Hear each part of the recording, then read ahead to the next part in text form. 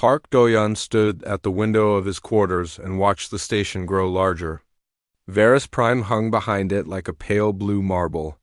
He had seen many worlds in his 53 years, but this view still made his chest tight. Today was the day. After 40 years of work, Earth would finally take its place among the stars. Kim Yuna entered without knocking. She had been his advisor for 12 years and knew him better than anyone. She carried a tablet and wore her formal uniform, black with silver threads at the collar. "The session begins in 1 hour," she said. "The delegations are already gathering." Do-yeon turned from the window. "How do they seem?" Yuna hesitated. That small pause told him everything. "They are polite," she said carefully, "but distant. The Vreen delegate would not meet my eyes." The Torath ambassador left the reception early. Do-yeon nodded slowly.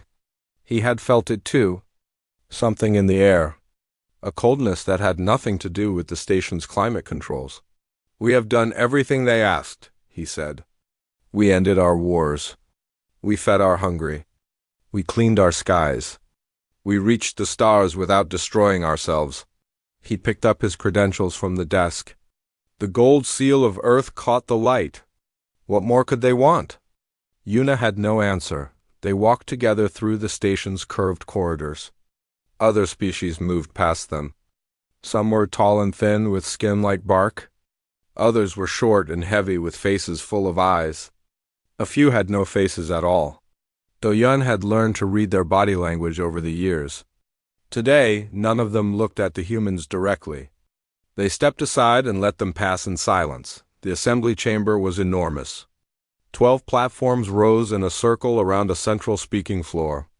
Each platform held a delegation from one of the founding species.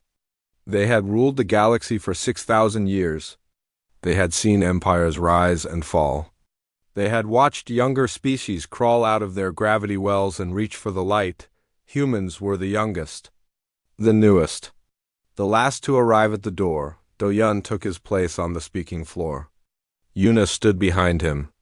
Above them, the 12 delegations looked down like judges. The speaker was a Morath, a creature of flowing silver skin and 3 voices that spoke in harmony. It called the session to order. "We gather to consider the petition of Earth," the speaker announced. "Humanity seeks full membership in the Galactic Assembly. They wish to sit among us as equals, to vote, to trade, to share in the protection and responsibilities of this body." Do-yeon felt his heart beating hard. He kept his face calm. "The petition has been reviewed," the speaker continued. "The evidence has been examined. Each delegation will now cast its vote. One by one, they voted. The Vreen voted no. The Torath voted no. The Keleth voted no. On and on it went. Each vote landed like a stone dropped into still water. Do-yeon stood motionless as the circle completed. 12 votes. 12 refusals.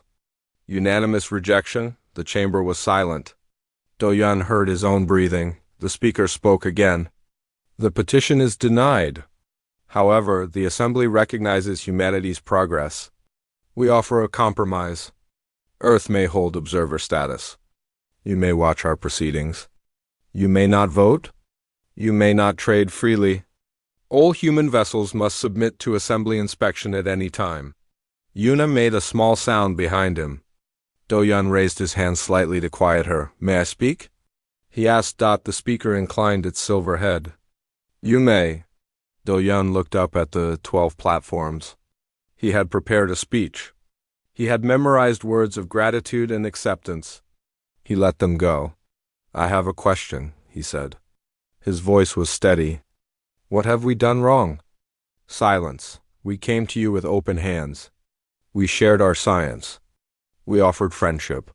We changed our world to meet your standards." He paused. "Was it not enough? Or was it never going to be enough?" A Keleth delegate leaned forward. It was old, its gray scales faded with age. "Ambassador, you must understand. Humanity is young. Your species has existed for a mere 300,000 years. You have been in space for only 2 centuries. We have watched countless young species rise and fall. Many of them were promising. Many of them burned themselves out or turned violent. We are not violent, Do-yun said. Your history says otherwise. The caliph's voice was not cruel, only tired. War after war. Weapon after weapon. You split the atom and used it to burn cities. You poisoned your own world for profit.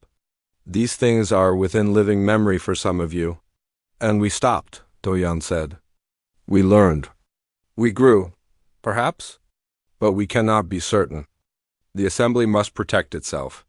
Observer status allows us to watch your development. In time, perhaps a century or two, you may prove yourselves ready. A century or two. The words hit Do-yun like a blow. He understood then. It was not about progress. It was not about proof. They would never see humans as equals. Not really. Humans would always be the youngest, the newest, the ones who needed to be watched and managed and contained. He looked down at the credentials in his hand. The gold seal of Earth. He had carried it for 15 years. He had believed in what it represented. Slowly, he placed it on the floor. We came here seeking a seat at your table, he said. You have refused. You have offered us a place in the corner where we may watch and learn and wait for your approval. He stepped back from the credentials. We do not accept. The chamber stirred. The delegates exchanged looks. Earth withdraws its petition, Do-yun continued. We will recall our envoys. We will close our embassies. We will return to our worlds and our colonies, and we will build our own future. You have made your decision. Now we will make ours. He turned and walked toward the exit. Yuna fell into step beside him. Behind them, the speaker called out. Ambassador Park, you are making a mistake. Isolation will not serve your people. Do-yun stopped at the door. He looked back one last time. We are not isolating ourselves, he said. We are freeing ourselves. From your tests. From your timelines. From your judgment. He held the speaker's gaze. You wanted us to beg. You wanted us to be grateful for scraps. But we are not beggars. We are builders. And we will build something you never imagined. He walked out. The door closed behind him. In the corridor, Yuna was breathing fast. What do we do now? She asked. Do-yun kept walking. His mind was already racing ahead. Plans were forming. Possibilities were opening. Now, he said, we go home. And we get to work. They boarded their ship an hour later. As it pulled away from the station, Do-yun stood at the viewport and watched Varus Prime shrink into the distance. Yuna joined him. They will call us fools, she said. They will say we threw away our chance. Let them. Do-yun's voice was quiet but firm. They think they know what we are. They think we are children throwing a tantrum. He turned to face her. We will show them what we really are. It will take time. It will take sacrifice. But when we are finished, they will not deny us again. They will not dare. Yuna studied his face. She saw no anger there. No wounded pride. Only certainty. Where do we start? She asked. Do-yun looked back at the stars. Everywhere, he said. We start everywhere. Li Jiwan wiped the sweat from her forehead and stared at the numbers on her screen. They were wrong, again? 3 years of work. And the equation still fell apart at the critical moment. She pushed back from her desk and looked around the lab. It was buried deep under the Martian surface, hidden from satellites and scanners. 30 engineers worked here in shifts that never ended. They called it the Forge. No one outside knew what they were building, a fold drive. A way to bend space itself? A way to cross the galaxy in moments instead of months. The assembly had nothing like it. If Jiwan could make it work, everything would change. Her supervisor, a quiet man named Taisik, appeared at her shoulder. Trouble? He asked. The field collapses at 0.7 seconds, Jiwan said. Every time. The energy bleeds away before the fold completes. Taisik studied the data. What have you tried? Everything. Jiwan heard the frustration in her own voice and forced herself to breathe. Magnetic containment. Gravitational anchors. Layered shielding. Nothing holds. Taisik was quiet for a moment. Then he said, "What if you stop trying to hold it?" Jiwan frowned. "What do you mean? The energy wants to bleed away? You keep fighting that. What if you let it bleed in a controlled direction? Use the loss as part of the system instead of trying to prevent it." Jiwan opened her mouth to argue. Then she stopped. She turned back to her screen and started running new calculations. An hour later, she had a model. It was rough. It was untested, but the numbers did not collapse. "I need to run a simulation," she said. Tsik nodded. "Do it." The simulation took 2 days. Jiwan barely slept. When the results came back, she stared at them for a long time. Then she laughed out loud for the first time in months. It worked, far away. On Earth, Troy Myray sat in a windowless room and read reports. She was director of the Defense and Innovation Council, which meant she saw everything. Every project. Every resource.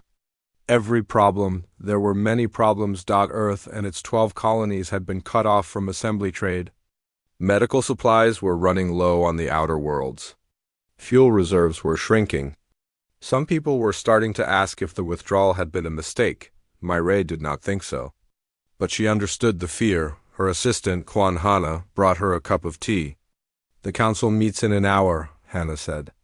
"They want to know about the timeline." Myray took the tea but did not drink. The Horizon Initiative was designed as a 15-year plan. We are 3 years in. 12 more years before we are fully self-sufficient. Some people think that is too long. Some people want miracles. Myray set the cup down. "We do not deal in miracles. We deal in work. Day after day. Year after year. That is how civilizations are built." She pulled up a map of the colonies. 12 worlds scattered across 3 star systems. Each one had a role to play: mining, manufacturing, agriculture, research. If even one failed, the whole system would stumble. Myra would not let that happen. She began drafting new orders. More engineers to the shipyards. More scientists to the forge, more teachers to the colony schools, because the children growing up now would be the ones who finished what this generation started on a military station orbiting Europa. Beek Sunho stood on the command deck and watched his officers run drills. They were good. But good was not enough. Sunho was Earth's chief military strategist. He had spent 20 years studying war in all its forms. Ground war. Naval war. Space war. He knew how the assembly fought. He knew their tactics, their formations, their weaknesses. He also knew that Earth could not beat them in a straight fight. Not yet, maybe not ever. The assembly had thousands of ships. Earth had hundreds. So Sunho was building something different. "Speed," he said to his officers. "That is our advantage. Our ships will be smaller, faster, harder to hit. We will not stand and trade fire like they do. We will strike and move. Strike and move. We will be everywhere and nowhere." His second-in-command, a young woman named Young-Sira, spoke up. "What if they force us into a fixed battle?" "Then we lose," Sunho said bluntly. "So we will not let them. We will choose when and where we fight. We will control the terms. And if we cannot win a battle, we will not fight it. We will wait for a better moment." Sira nodded slowly. "That takes discipline." "Yes." Sunho looked at his officers. "It takes patience. It takes trust. You must believe that every retreat is a step toward victory. Every battle avoided is a battle saved for later. Can you do that?" They could. He saw it in their faces. Years passed. The work continued. G1 moved from simulations to prototypes. The first 3 exploded. The 4th held for 2 seconds before failing. The 5th held for 10. The 6th completed a fold but fried every system on the test drone. She kept going. Tsik kept helping. The team at the forge grew. Myray traveled to every colony. She walked factory floors and farm fields. She talked to workers and scientists and teachers. She listened to their problems and found solutions. When she could not find solutions, she found ways to share the burden. The people began to trust her. They called her the architect. Sunho built his fleet. New ships came off the lines at Europa.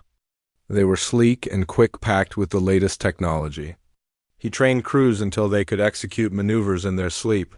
He ran war games against every scenario he could. Imagine. Earth grew stronger, quietly, steadily. The assembly did not notice at first. Then they did. Human ships began appearing at the edges of contested systems. They did not attack. They did not threaten. They were just there, watching, waiting. Assembly patrols would arrive to investigate and find nothing but empty space. Trade vessels from independent worlds started preferring human routes. They were faster and safer. Human captains did not ask for bribes.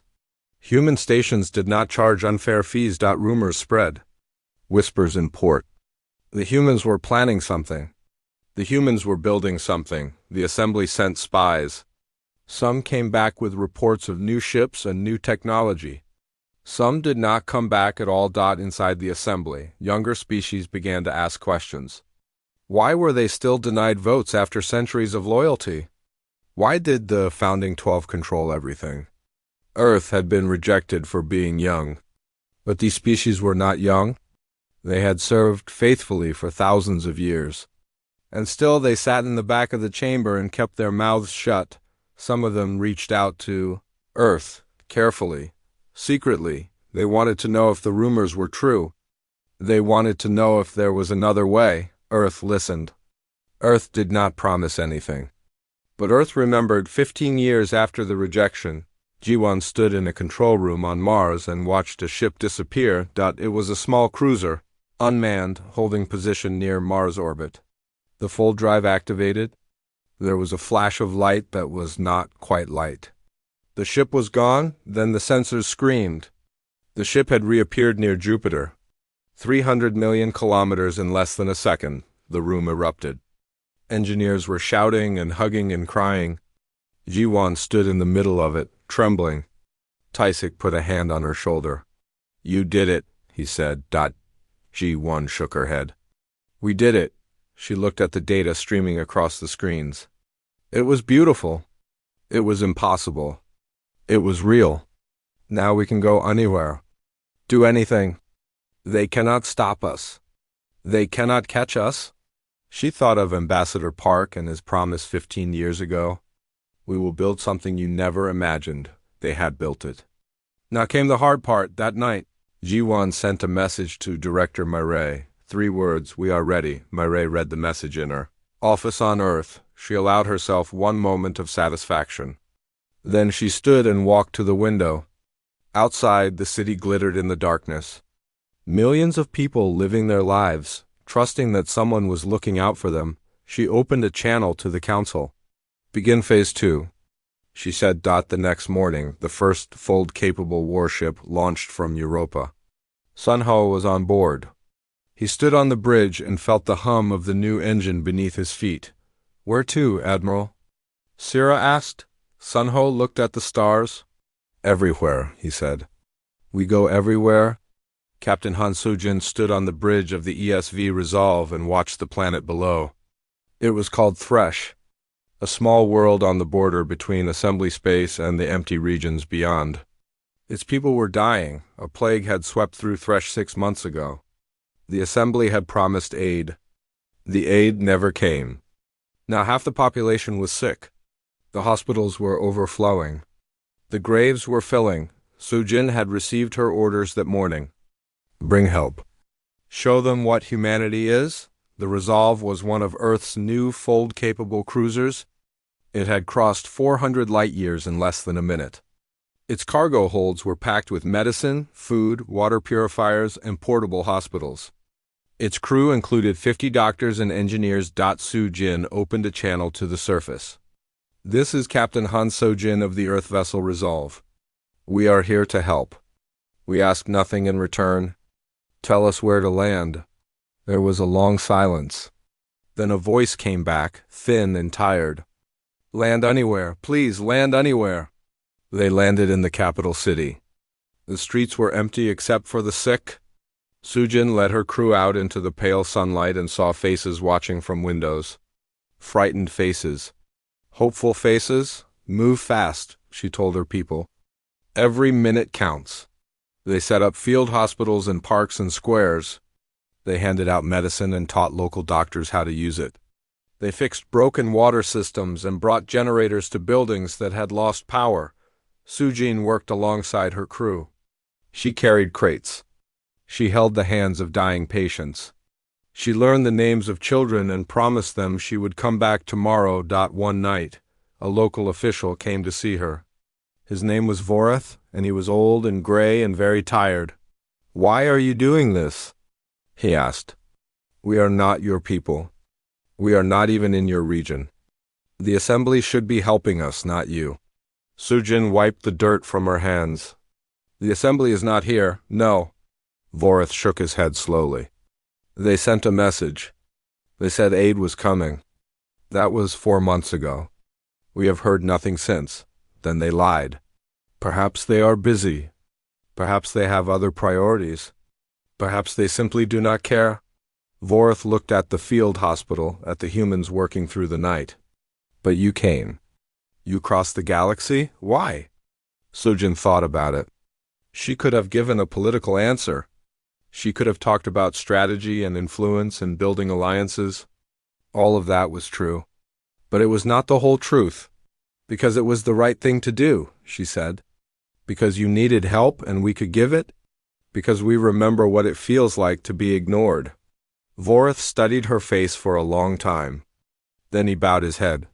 "Thank you," he said. "I will not forget this. My people will not forget." The mission lasted 3 weeks.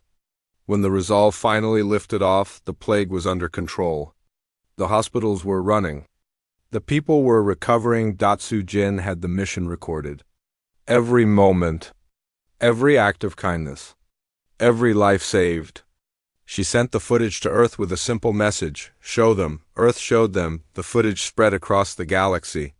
News networks picked it up. Independent worlds shared it. Even some assembly citizens watched it in secret. The conclave was not pleased. In a closed session, the 12 founders debated what to do.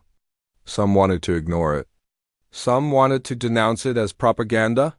Some wanted to send their own aid missions to prove they cared, but the damage was done. People were asking questions. Why had the assembly failed Thresh? Why had humans done what they could not? What else was Earth capable of? Far from the assembly's halls, a human diplomat named Yun Timin was asking questions of his own. He traveled to the worlds of the dissatisfied. Species that had served the assembly for millennia and received nothing in return. Species that were tired of sitting in silence while the founders made all the decisions. Timin met with them in quiet rooms and shadowed gardens. He listened to their complaints. He shared their frustration. He told them about Earth's rejection and Earth's response. "We built our own path," he said. "You could too." They were interested. They were afraid. "The assembly will punish us," one delegate said. "They will cut off our trade. They will send their fleets." Timin nodded. "They might. But what is the alternative? Another 1,000 years of waiting? Another 1,000 years of hoping they will finally see you as equals?" He leaned forward. "They will not. They have had 6,000 years to change. They have not changed. They will never change. Not unless we make them." He proposed a new body, a new alliance. He called it the Open Compact. Any species could join. Any species could vote. Any species could trade freely. There would be no founders and no hierarchy. Just equals working together. 7 species agreed to sign. When the conclave learned of the Open Compact, they were furious. They called it a rebellion. They called it treason. They demanded that the 7 species withdraw immediately or face consequences. The 7 refused. The conclave decided to make an example. They would intercept a human supply convoy and seize its cargo. They would show the galaxy that Earth could not protect its allies. They would remind everyone who held the real power. The convoy was traveling through the Keth corridor, a narrow passage between 2 assembly systems. 3 assembly warships moved to block it, but the convoy was not alone. Captain Han Soo-jin was there with the Resolve and 2 other cruisers. She had received word of the ambush an hour before. Earth's intelligence network was better than the Conclave knew. The assembly ships powered their weapons.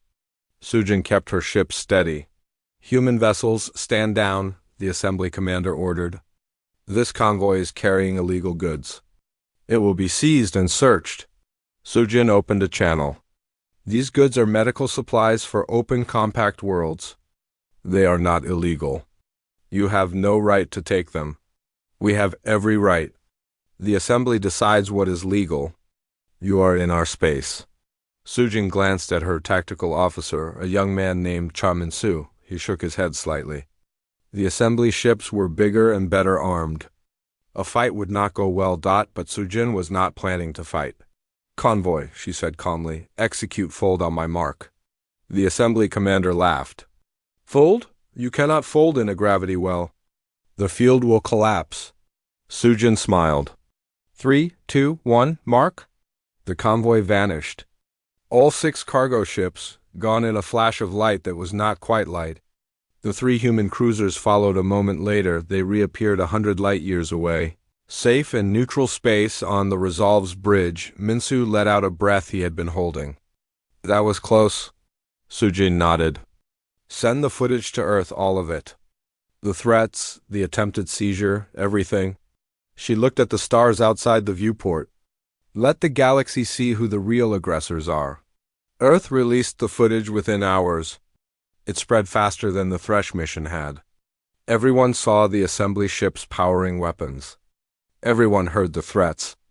Everyone watched the human convoy escape. The reaction was immediate. 3 more species announced they were joining the Open Compact.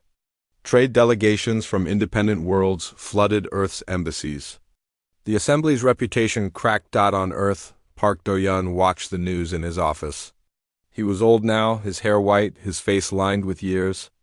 But his eyes were still sharp. Kim Yuna entered. She was his successor now, Earth's new ambassador. But she still came to him for advice.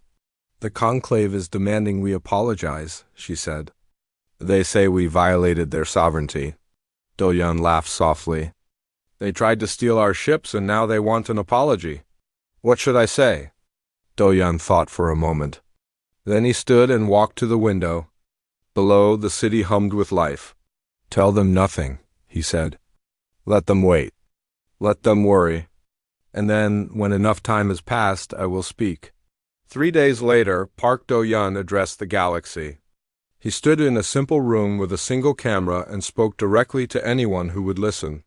17 years ago, we asked to join the Galactic Assembly. We were refused. We were told to wait, to watch, to prove ourselves. We did not accept those terms. We went home and we built a new future." He paused. "Now we offer that future to anyone who wants it. The Open Compact welcomes all species, all voices, all dreams. We do not ask you to wait. We do not ask you to prove yourselves. We only ask that you treat others as you wish to be treated." He looked into the camera. The assembly had 6,000 years to build a fair galaxy. They built a hierarchy instead. They put themselves at the top and everyone else below. "We are building something different. We are building a table with room for everyone." His voice was calm but carried weight. "And there is a seat for anyone who wishes to sit." The message ended. Within a week, 4 more species joined the Open Compact. The galaxy was changing. And there was nothing the assembly could do to stop it. Admiral Shin Yoon-ji stood in the war room of Earth Central. Command and studied the map on the wall. It showed the galaxy in glowing lines of light. Blue for the Open Compact. Red for the assembly. Gray for the neutral zones. 2 years ago, the map had been almost entirely red. Now it was nearly split down the middle. The Open Compact had grown faster than anyone expected. 18 species had joined. Trade was flowing. Alliances were forming. The assembly's grip on the galaxy was slipping away, and the assembly was getting desperate. Yoon-ji knew desperation. She had studied it in 100 wars. Desperate powers made mistakes. They took risks. They lashed out. She was waiting for the lash. Her intelligence chief, a careful man named Kang Junho, entered the room. He had spent 2 years undercover inside the assembly as a trade attach. He had returned with secrets that could change everything. Report, Yunji said. JUNHO pulled up a series of documents on the display. 3 members of the conclave are planning a preemptive strike. The Torath, the Caliph, and the Vreen, they call it Operation Stillwater. Yunji felt a cold weight settle in her chest. Target? New Bizen. New Bizen, one of Earth's largest colonies. 3 million people, families, children. When? She asked. 12 days. They are assembling a fleet of 80 warships. They plan to arrive through the Voss Gap and hit the colony before we can respond. Junho's face was grim. They believe our fold drives cannot work in the gravitational distortion near the gap. They think we will be too slow. Yunji shook her head slowly. They still do not understand what we can do. No, they do not. Yunji turned back to the map. New Bizen glowed blue near the edge of compact space. The Voss Gap was a twisted region of gravitational currents that made normal travel dangerous. But fold drives did not care about gravitational currents. Fold drives bent space itself. How confident are you in this intelligence? She asked. Very confident. I saw the orders myself. I know the commanders. This is real. Yunji nodded. Then we will be ready. She called a meeting of her senior officers. They gathered around the map and listened as she laid out the threat. 80 assembly warships. 12 days. New Bizen. We cannot let them reach the colony, Yunji said. If they do, millions will die. But we also cannot start a war. If we fire first, we become the aggressors. The neutral worlds will turn against us. Her tactical officer, Jung Sira, frowned. Then what do we do? Let them come and hope they change their minds? No, Yunji pointed at the map. We let them come. We meet them at New Bisan, and we make them turn around. With how many ships? Yunji calculated. 40, maybe 45? The room went quiet. 80 against 45. The math was not good. Sarah spoke carefully. Admiral, that is a significant disadvantage. Yes, but we will not be fighting. We will be waiting. Yunji looked at her officers. Think about it. They are coming to attack a defenseless colony. They expect to find civilians and cargo ships. Instead, they will find a battle fleet in perfect formation. They will have to choose. Attack and start a war they are not sure they can win. Or retreat and admit they were wrong. What if they attack anyway? Then we fight. And we make them pay for every meter. Yunji's voice was hard. But I do not think they will. The conclave is scared, not stupid. They know what our ships can do. They have seen us disappear and reappear across the galaxy. They do not know where our limits are. They do not know if we have 40 ships or 400 waiting in reserve. She allowed herself a small smile. We will let them imagine the worst. The orders went out. 43 ships were pulled from stations across compact space. They folded to New Bisan in groups of 5 and 6, arriving over the course of 3 days. By the time the assembly fleet launched, the human fleet was already in position. Yunji stood on the bridge of her flagship, the ESV Indomitable, and waited. The assembly fleet came through the Voss Gap on the 12th day. 80 warships in tight formation. They had expected an easy target. They found something else. The human fleet hung in space between the assembly and the colony. 43 ships in a perfect crescent. Weapons powered but not aimed. Silent. Still, Yunji opened a channel. Assembly Fleet, this is Admiral Shin Yunji of the Earth Combined Forces. You have entered open compact space without authorization. State your intentions. There was a long pause. Then a voice came back. The assembly commander. Admiral, we are conducting a security patrol. We received reports of pirate activity in this region. There are no pirates here. Only civilians and cargo ships. Yunji kept her voice calm. And now, warships. Yours and mine. We have a right to patrol these regions. The Assembly has jurisdiction over all space. The Assembly has no jurisdiction over compact worlds. New Bisan is a compact colony. You are not welcome here. Silence. Yunji imagined the Assembly commander, staring at his display, counting ships, calculating odds. He had 80, she had 43. He could win, probably, but probably was not certainly. And a war with Earth would be long and costly. The fold drives meant humans could strike anywhere. They could hit supply lines and shipyards and homeworlds. They could disappear before reinforcements arrived. The Assembly commander was not afraid of losing a battle. He was afraid of losing a war. Yunji waited. Her officers were tense. Her crew was ready. New Bisan hung behind them, a blue and green world full of people who did not know how close they were to destruction. Finally, the Assembly commander spoke again. Admiral, we do not wish conflict. We will withdraw and report to the conclave. But this matter is not finished. I agree, Yunji said. It is not finished, but it is finished for today. She paused. Safe travels, Commander. Do not come back. The Assembly fleet turned. 80 warships, the pride of 3 founding species, reversed course and retreated into the Voss Gap. On the bridge of the Indomitable, Sira let out a breath. They left. I cannot believe they left, Yunji nodded slowly. She did not feel relief. She felt tired. They will be back. Not here. Not soon, but they will try again. Then we will stop them again. Yes. Yunji looked at the colony below. 3 million people, who would wake up tomorrow and go about their lives, never knowing how close they had come. That is the job. Stop them again and again and again, until they finally understand. Understand what? Yunji turned from the viewport. That we are not going anywhere. That we cannot be frightened or bullied or pushed aside. That every time they test us, we will be there.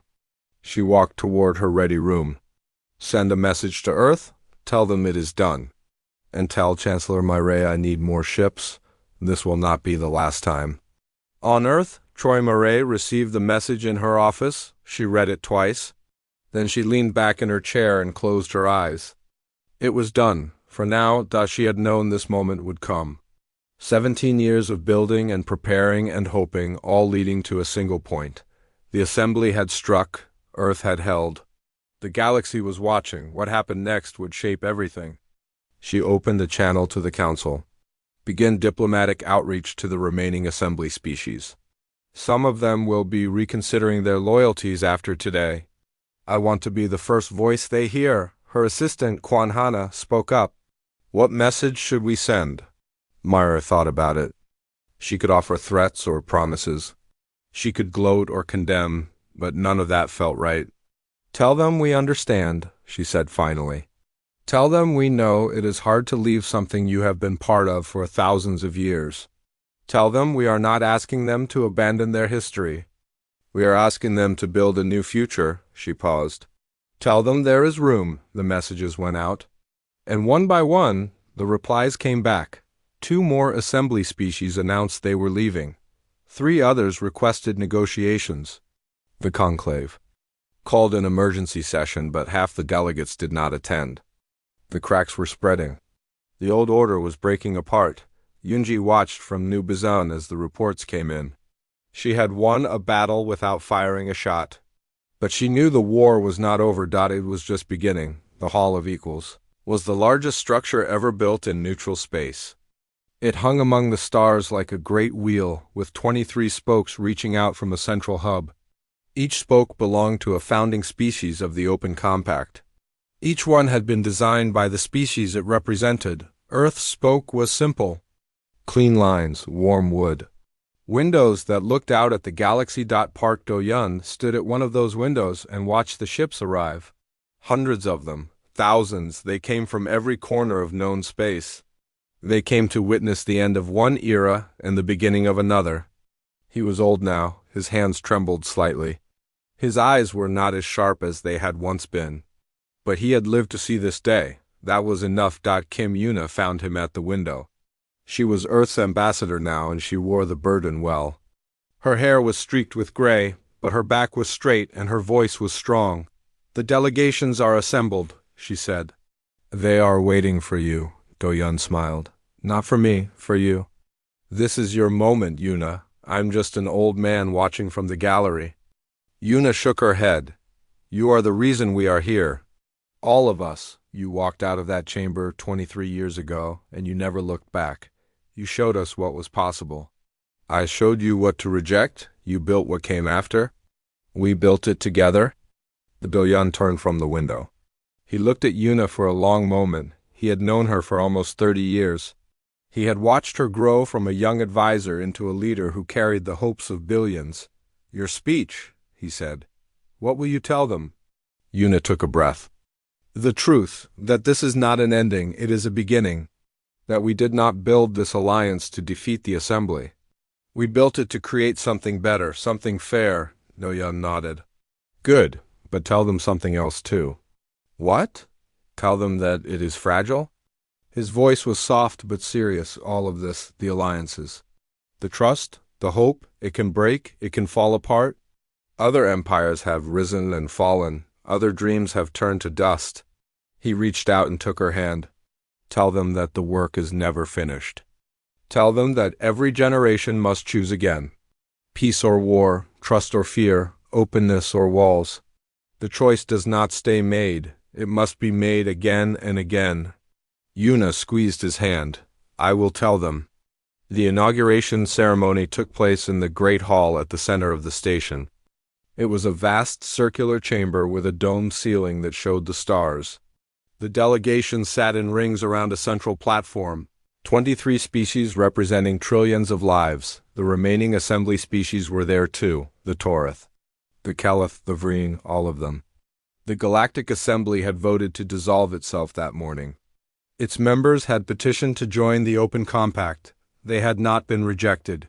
No one had been rejected. That was the point. Yuna walked to the central platform. The hall fell silent. 23 years ago, she began, humanity asked to join the Galactic Assembly. We were refused. We were told we were too young, too violent, too unpredictable. We were told to wait and watch and hope that someday we might be found worthy. She paused. We did not wait. We did not watch. We went home and we built ships and drives and stations. We built alliances and friendships and trust. We did not build these things to prove ourselves to the assembly. We built them because they were worth building, because we believed in a galaxy where every voice matters, where every species is equal, where no one has to beg for a seat at the table. She looked around the chamber. Thousands of eyes looked back at her. Some were hopeful. Some were skeptical. Some were afraid. "We could have built an empire," Yuna said. "We had the power. We had the technology. We could have conquered the assembly and ruled in their place. Some people wanted us to. Some people thought it was the only way to be safe." She shook her head. "We chose differently. We chose to build a community instead. A place where strength is measured not by what you can take, but by what you can give. A place where the youngest species has the same voice as the oldest. A place where the question is not who has power, but how power is used." She took a breath. "This is the Open Compact. It is not perfect. It will never be perfect. There will be arguments and disagreements and failures. There will be times when we hurt each other and let each other down. But there will also be this, a promise that we will keep trying, that we will keep listening, that we will keep building together for as long as we exist." She raised her hand. "Today we welcome 5 new species to the Compact. Today we open this hall and declare it a place of equals. Today we begin again." Her voice rang through the chamber. "May we be worthy of it." The hall erupted. Applause and cheers and sounds that had no human name. The delegations rose to their feet. The ceiling above them blazed with light. Do-Yun watched from the gallery. His eyes were wet. He did not try to hide it. After the ceremony, there was a reception. Delegates mingled and talked and shared drinks. Old enemies shook hands.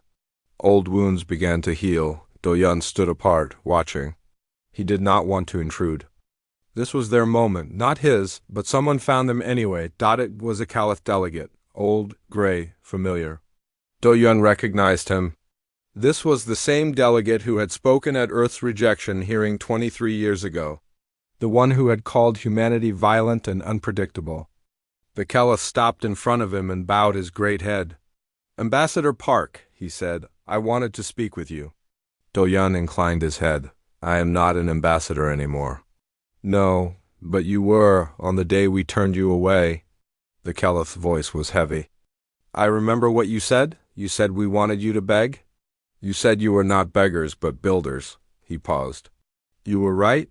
We wanted you to beg. We wanted you to need us. And when you refused, we were frightened." Do-Yun was quiet for a moment. "I understand fear. I have felt it many times." "I do not think so, not the way we felt it."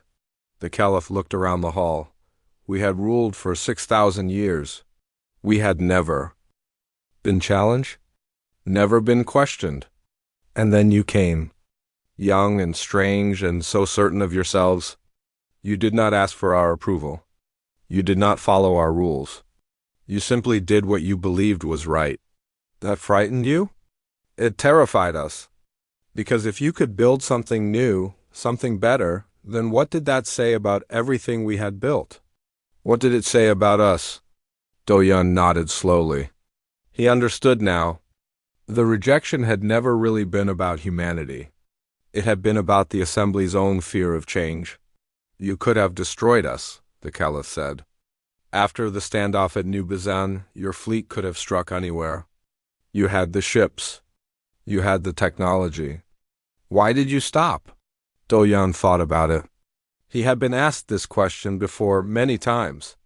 He had given many answers. But this time he wanted to be honest. "Because it would not have solved anything," he said. "We would have won. And then what? Another empire. Another hierarchy. Another group at the top and everyone else below." He shook his head. "We did not reject the Assembly because we wanted to replace it. We rejected it because we wanted something different. Something that had never existed before." He gestured at the hall around them. "This is what we wanted. All of us together, equals, not because we are the same, but because we all deserve the same chance." He looked at the Caliph. "You were wrong about us. But you can be part of this now. You can help build it. That is worth more than any apology." The Caliph was silent for a long time. Then he bowed his head again, deeper than before. "Thank you," he said. "I will try to be worthy of it." He walked away. Do-Yun watched him go. Later, Yuna found Do-Yun by the window again. Outside, the ships were departing, carrying delegates back to their homeworlds. The Hall of Equals turned slowly in the darkness. "It is beautiful," Yuna said. "Yes." Do-Yun looked at her. "You did well today. We all did." She stood beside him. "What happens now?" Do-Yun smiled. It was a tired smile, but a real one. "Now? Now the work begins. The real work. Not building ships or winning standoffs. Building trust. Building understanding. Making this alliance something that lasts." He looked out at the stars. "It will be hard. Harder than anything we have done before. But it is possible." "I believe that." Yuna nodded. "So do I." They stood together in silence, watching the galaxy turn. Somewhere below, a school group was touring the station. A young girl pressed her face to the observation window and stared at the stars. "Teacher," she said, "did we really used to be alone?" Her teacher smiled and put a hand on her shoulder. "Not alone," she said. "Just waiting for everyone else to catch up." The girl nodded, satisfied. She looked back at the stars. The future was out there, waiting to be built, and there was room for everyone.